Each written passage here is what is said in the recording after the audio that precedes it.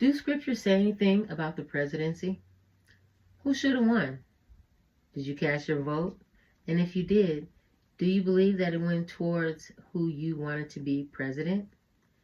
Now at the end of this video, you discover if your vote is your voice and who America should have voted for. Grand Rising, beloved, you've happened to found peculiar treasures of Yahweh, and I'm your sister Renee in Christ, and I hope you all are having an absolutely wonderful Sabbath day. Let's get into this video. Let everyone be subject to the governing authorities, for there is no authority except that which the Most High has established. Now Yah's intentions for mankind was that we will follow after his laws and statutes, but since people have repeatedly turned away from those intentions, he went farther and instructed those in higher positions to be just and fair. That's why so many times in Scripture he says to weigh with just and fair measures and have no respect of person, meaning not to judge unfairly based on a person's social or financial status. My aunt used to tell me, obey the laws of the land. And, maybe that's why so many people feel compelled to get out and vote, believing that this civic duty that the world they know will improve if the lesser evil is selected. But none are truly for the little people. Oh, they may throw us a crumb from time to time to pacify us, but in the long run, they'll do whatever they're instructed to do by the top hidden hands pulling the strings. Many of us are placing human beings in a higher reverence than they need to be because they have a mouthpiece. Throughout history, presidents have been known for making mistakes, lying, cheating, and all have fallen short of Yah's grace, the same as we have. So we can't put more trust in fallible humans than we do in our Creator. As this ever-changing world's acceptances of whatever society wants to do, the law of the land sways towards popularity rule. Now, I'm not speaking about the popularity vote, which we're led to believe will determine who will be president, but the popularity of how sin is growing rampant. TikTok from a Palm Springs drag performance is drawing criticism from right-wing news outlets and getting hateful comments online. News Channel 3's Jake Ingrassi has more tonight on the debate over kids at drag brunch and the new security concerns it's sparking. This is the TikTok making national headlines. Palm Springs drag performer Sabrina Williams with a young girl on stage dancing to a cheering brunch crowd. And the laws of the land will accommodate it as more and more people start to follow along. Presidency is not mentioned in scriptures. Rather, there were rulers over a people called pharaohs, judges, and kings, or even lords, but were governing authorities. Regardless of their title or position, they were supposed to be honest in judgment and not have any prejudice towards one's social or financial status. Now, with regards to the government and the presidency, the president is not the end all, beloved. There are 3 branches in which each must check with the other when one wants to make a move. Let's say the president wanted everyone to get out and attend church to accomplish a more caring world. Well, the idea must be signed into law and not violate the Constitution. So there's a legislative branch.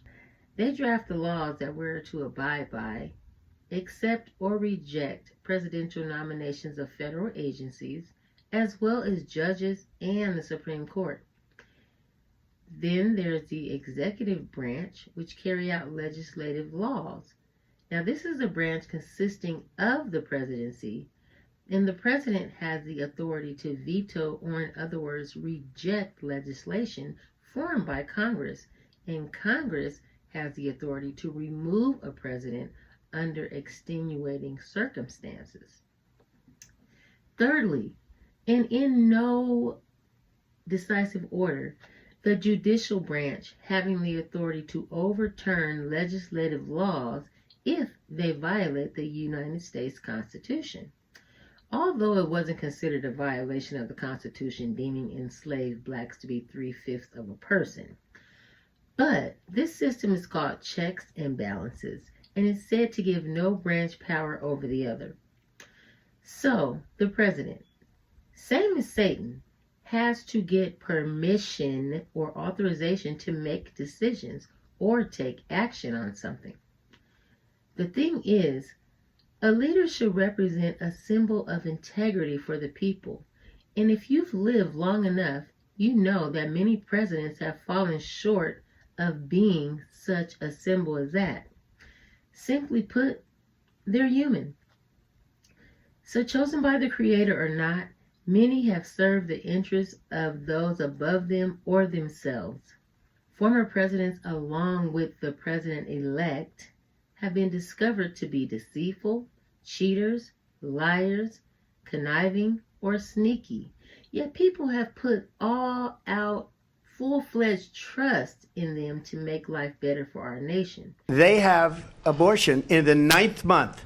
They even have, and you can look at the governor of West Virginia, the previous governor of West Virginia, not the current governor, who's doing an excellent job, but the governor before, he said the baby will be born and we will decide what to do with the baby. In other words, we'll execute the baby. And her vice presidential pick, which I think was a horrible pick, by the way, for our country, but her vice presidential pick says abortion in the 9th month is absolutely fine. He also says execution after birth. It's execution, no longer abortion, because the baby is born, is okay. Kamala Harris talking about protecting the supposed right to end the lives of preborn babies. But then watch her response to Christians who object to the things she is saying.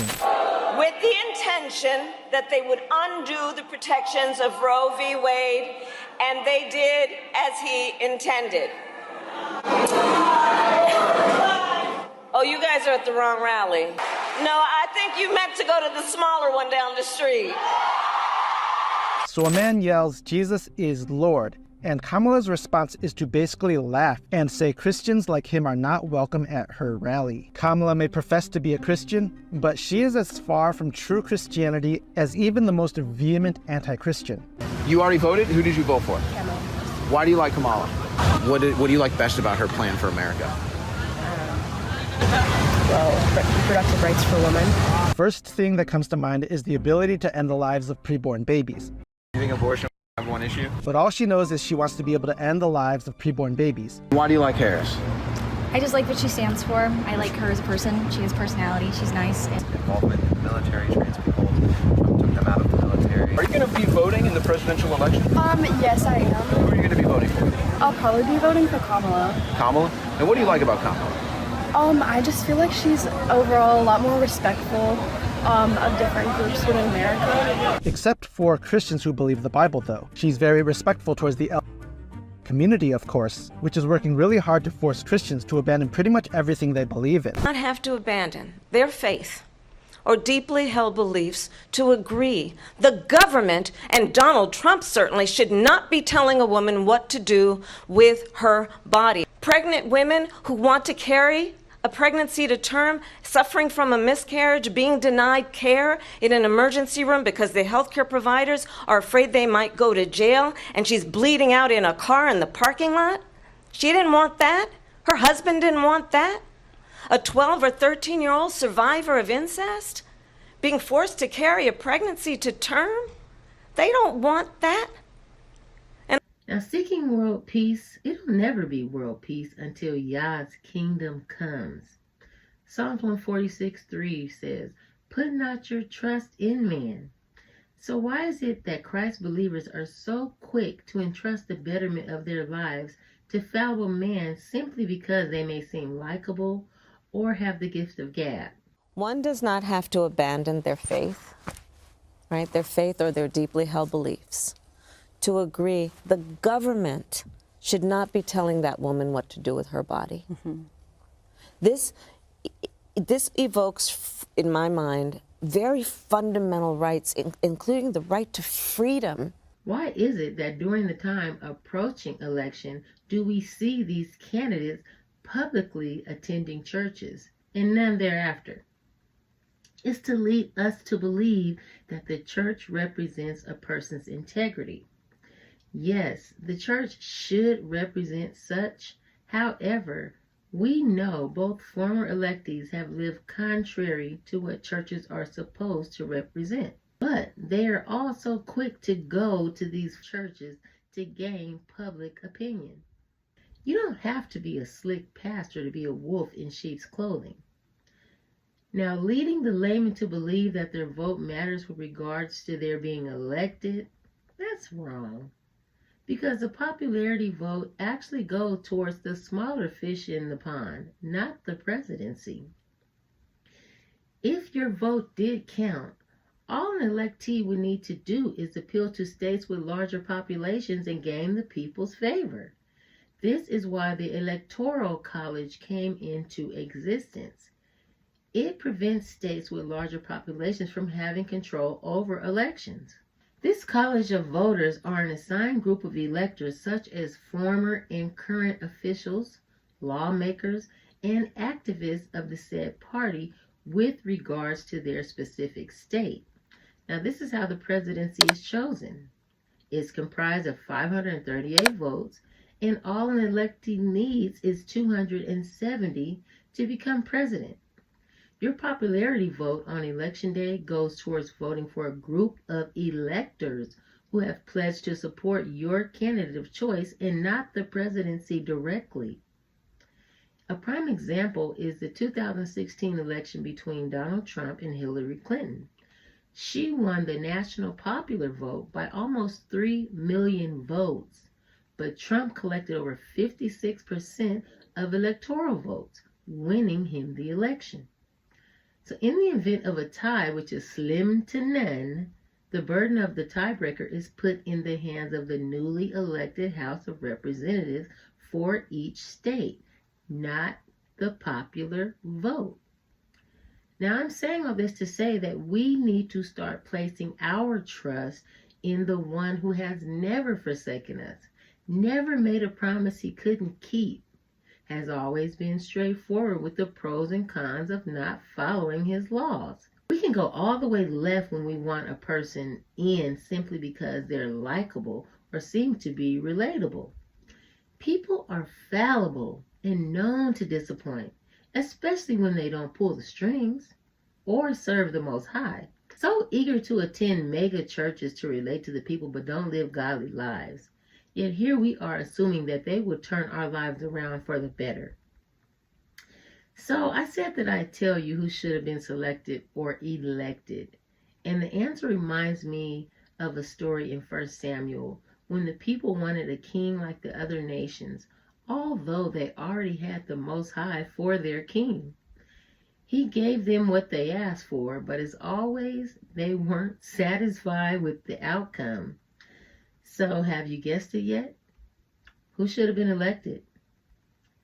The person who serves Yeshua is who should have been elected.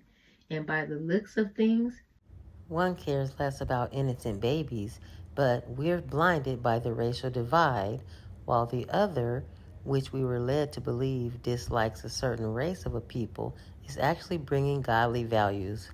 Now, I really hope this video has motivated or inspired you to look to the higher government, the highest government, the infallible one, righteous and just, fair, who won't make promises just to gain favor. We must put our trust in Yahuwah first. For those of you who are disappointed in the results, just look at it like this. We live in a fallen world because of the results of what Adam and Eve did. And one day, Christ will come back for those who really put their trust in the Father. And all this buffoonery will be behind us. I really hope this helped you. Blessings to you and your family, and I'll see you next time. Bye.